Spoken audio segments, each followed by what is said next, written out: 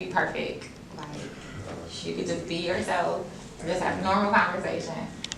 Alright.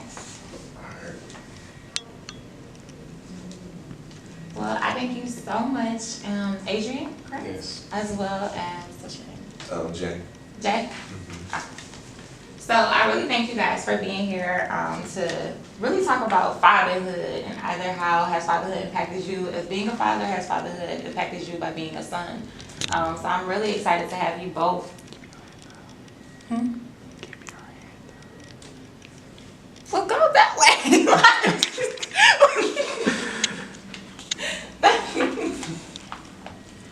Alright, well, just keep going. I'll edit that later. So I'm really excited for you both to be here to really talk about that. So can you just give me a brief overview of your name, who you are, what you do currently? My name is Adrian Norwood. Had a long road through school, but finally just graduated nursing school this year, actually last Saturday. And, Woo woo! yeah, Congratulations! So I've been looking for this whole time. Right now I'm currently working in a hospital as a tech, and hopefully I'll transition to a nursing role this summer. So my name is Jay, and I'm a nurse also, and I've been a nurse for about a year now, and I work at Lansing, Spiro Hospital in Lansing. So I worked there on the 8 West, the newly built wing. They built it like 2 years ago. So I work up there, and yeah, that's what I'm doing right now. I plan on going back to school soon. I plan on being either nurse practitioner, nurse, and anesthesiologist. So that's my goal, my plans. Awesome. So Adrian, tell me, how many children do you have? I have 2. 2. Yeah. Boy, girl. 2 boys. 2 boys? Wow, what's their names? Jakari and Adrian. How old are they? 7 and 5. And Jay, you don't have any children? I don't have any kids. But you're aspiring to be a father with it. Oh, definitely. I definitely be a father. There's a lot of jewels to implant in kids' minds. Yeah. Awesome. I'm excited to hear even more about that. Adrian, we're going to start off with you, and I want you to really tell me about what was your fears, before having a child? Did you have any fears when you found out you were about to be a father? Yes, because it happened while I was at Michigan State. So there was a shock of not finishing school. There was a shock of everything surrounding the stigma of being a father. I guess the one thing that I had on my side was that I had already finished high school. I already finished a couple years of university education. So it wasn't like I had the teen stigma, but it still felt the same for me because I had all these goals and people had expectations for me. Now, I will say on the other hand, my dad was also in the same position as me. So although he couldn't verbally guide me through it a lot of the times, he guided me through like seeing how he was able to still finish, how he was able to raise a family, and how he was able to handle the stresses of finishing school and raising a family and being a father, even though it happened in the middle of his education. Some of the fears I had were just, do I know how to be a parent at this point in my life? Do I even know how to take care of myself? So I know a lot of times women have the whole pregnancy process to adjust. For men, it's like it hits you when it happens. Like during the whole period of pregnancy, it's kind of like confusion. It's like, okay, I see what she's going on. I got to be there for her. How do I fit into all of this? And then you really embrace it that first time you see a child, because that's, at least I feel like for men, that's when it hits us. So in the initial stages of growth, I had a little bit of nursing education, so I had a little bit of developmental studies, so I tried to apply it a little bit. It wasn't like the book, but lucky for me, I had 2 outstanding children. They didn't have any trouble. They weren't crying all the time, they didn't have colic. They were just easygoing kids. So I didn't have to worry about a lot of the issues that I hear about for a lot of young parents. And then I also had the support system. I also had family members. And although I was afraid of the reaction, everybody embraced my new role, and they were happy for me to be a father. Now, are your 2 boys twins? No. No, okay. One is 7, one's 5. Okay. So Jay, now you are an aspiring father. You currently don't have any kids. What is your current fears? with becoming a father? I think my fears of becoming a father is just really my financial obligations and just trying to, cause it's like it's not an instruction manual on how to be a father. You know, it's like not. It's like really all I can go off is the blueprint my dad laid for me, but it's an ever-changing, fluid environment out there. You know, that what worked in or worked for me like in the 90s might not work in this Snapchat or digital age. So it's just, with me, I don't want to fall behind and be that parent who doesn't know anything, who kids are doing some wild stuff, and I'm just lost, like, oh, what is this thing? I don't know how to open it, like, what is this device? So, and I think for me, it's just really being able to provide for my kids. Like, I want to be able to, my kids have health insurance. If they need to go on a field trip, I can give them $5, $10. I don't want to be the parent that like, oh, I don't got it, you know. I can't send you on a trip to Washington, D.C. with your class because, you know, I have $200.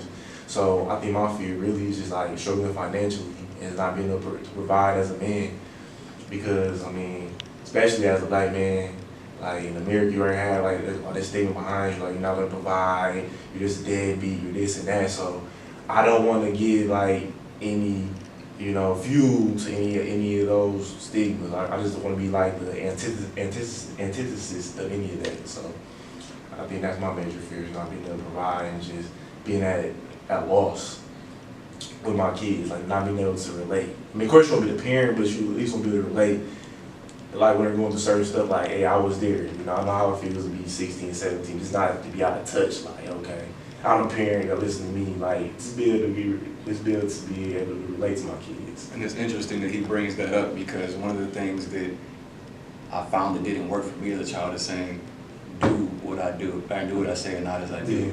Or just feeling like your parents are always trying to cloak who they were as a child, and then like they want you to learn from their mistakes, but they don't want to tell you that they made mistakes. So why would you want to listen to that when you don't know that there was a process to come into that decision? And I'd like to also add that he was actually, well, my friend that was one of the people guiding me through that process, because he was one of the people that was one of the first ones to know the news of my first child. And if I didn't have him at the time, I probably would have lost my mind. So I think it's also important to mention that having that establishment of positive male figures in your life, not only parents but peers, is also integral in raising men, women as well, but more so men. And just to keep going with that, so let's talk about your parents. How did your parents influence you to be a father, or even inspire you to be a father? Well, my dad, you know, he was very strict, you know, very authoritarian. Like, he was like, with my height, 6'2", you know, 300 pounds. He's just basically, what he said went, you know. He was a provider, you know. He taught school, and he roofed and painted houses during the off season when he wasn't in school. He coached. He was a pastor. He was always giving. He'll give you a shirt off his back. Like, my mom had to like take over his checkbook because he was always giving away his money to people because he was always asking them for stuff. He was just a very not materialistic, just very down to earth. You know, he really cared about people, and that instilled in me because he showed me that anything you want in life is not going to be given to you, and if something is given to you, you should always despise a free lunch. If something is given to you for free, it's probably some ulterior motive behind it. And he just taught me that as a man, you have to work for what you want. Like, you can't expect things to be easy. It's going to be setbacks. It's going to be adversity. But these things are there just to make you stronger and basically make you mentally tougher. And so he basically just taught me this basically how to be a man. Like, I follow his blueprint to this day. You know, my little niece or nephew, you know, they're with 17 and 19 when they ask me for stuff. You know, like, my niece might call me for something like, you know, her car is messed up. So as a man, I call and check on the part for or whatever, just so she won't be taken advantage of as a woman. Or my nephew calls me, he needs some money for something, you know, I give it to him. So that provider role, and you know, I have kids of my own, like, I'm still, you know, that provider role is still in me, just looking out for my little niece and nephew. You know, and just people around me that, you know, I care about, my friends, family, whoever. You know, so he just really taught me how to be a provider, how to be disciplined, how to be focused, and just really showing me that materialistic things are not really important. It's more about the bonds, connections you have, and what you do for other people. is what's really important. So. I think one of the, like just listening to how he relates to his father, I noticed that my father was also kind of like a pillar of his community down south, but then also up north, like as far, he's in agriculture. So if you talk to anybody in Michigan that is involved in agriculture, then they pretty much know him because he had his hand in a lot of things, and he actually established the urban farming throughout Michigan, and then he took it to Cleveland, which is like little, like if you ever see a little tent in the middle of an urban area, it's like a tent and it has crops underneath it. So it's like a mini garden or a mini farm. And I just noticed that there was a lot of things that I didn't recognize about him growing up as far as his influence that now I'm recognizing. And then one of the biggest things that I started to realize as I developed as a father was that it's important sometimes to recognize that fathers and mothers don't have equal roles, but they're equally important. So for me growing up, I always wanted to make my mother happy, but I always wanted to make my dad proud. And I realized that dad pride would cause me to push a little bit harder, or like to cause me to stay out of a little bit more trouble if I knew that he was gonna find out. It was always like, it wasn't like I was afraid that he was gonna, well, I was afraid that he was gonna whip me, but it was more so I didn't want to let him down in the process because his pride meant a lot to me. And he wasn't the most affectionate man, but every once in a while, like, he would let you know he was proud of you, and then as we got older, like, he actually started giving out hugs. So it was important because, you know, moms shower you with affection, and they're always telling you how much they love you and how much they're proud of you and how much they appreciate things that you do around the house. My dad would just sit down